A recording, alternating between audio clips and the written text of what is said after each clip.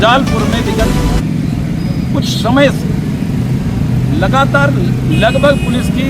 असफलताएं, चोरियां, जो वीडियोज आ रहे हैं, जिस प्रकार की घटनाएं घट रही हैं,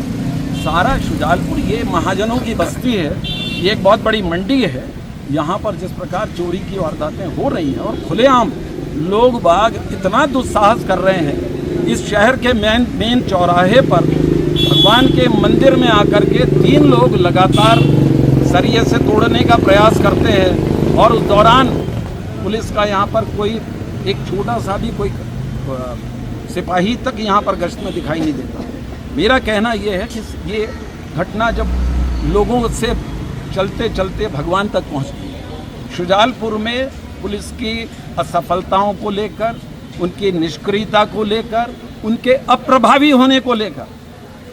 मैं समझता हूँ ये पहला प्रदर्शन है। लेकिन और मैं धन्यवाद देता हूँ, मैं नामजद भी कह सकता हूँ जिन पत्रकार साथियों ने हमारी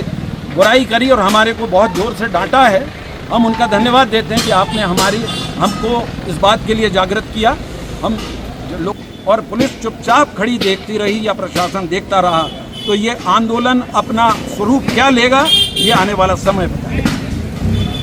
मंत्री घंटा बजा रहे हैं और मंदिरों में चोरियां हो रही हैं। शुजालपुर के हालात आपसे छुपे नहीं है, किस तरह का ये पूरा मामला है और जिस तरह से कानून की व्यवस्था है, शुजालपुर अब भयभीत है। देखिए, सबसे पहले तो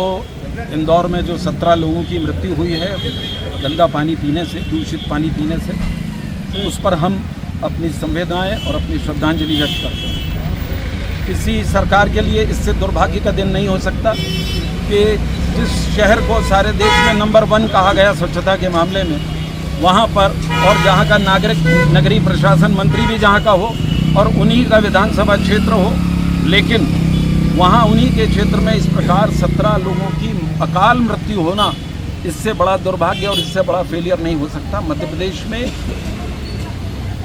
भारतीय जनता पार्टी की सरकार अंतर्द्वंद में और भ्रष्टाचार में अपनी नाकामियों के कारण पूरे देश में ही नहीं पूरे विश्व में हमारा नाम खराब हुआ है, उसकी हम तीव्र भर्त्सना करते हैं। जहाँ तक प्रश्न है कि घंटा बजाने वाले मंत्री जी का जो मैं धन्यवाद देता हूँ, उस पत्रकार समाज को लोकतंत्र के 2 ही मंदिर होते हैं, या तो विधानसभा लोकसभा होता है और या पत्रकार होता है जो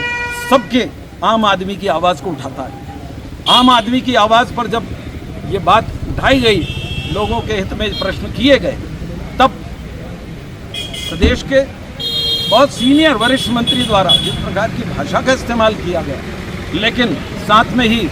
एक बहादुर पत्रकार द्वारा जिस प्रकार उसका प्रतिकार किया गया और बहुत ही कड़े शब्दों में, पहली बार मैं समझता हूँ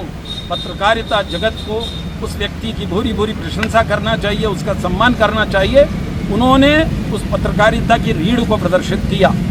ये तो हुई घटनाएं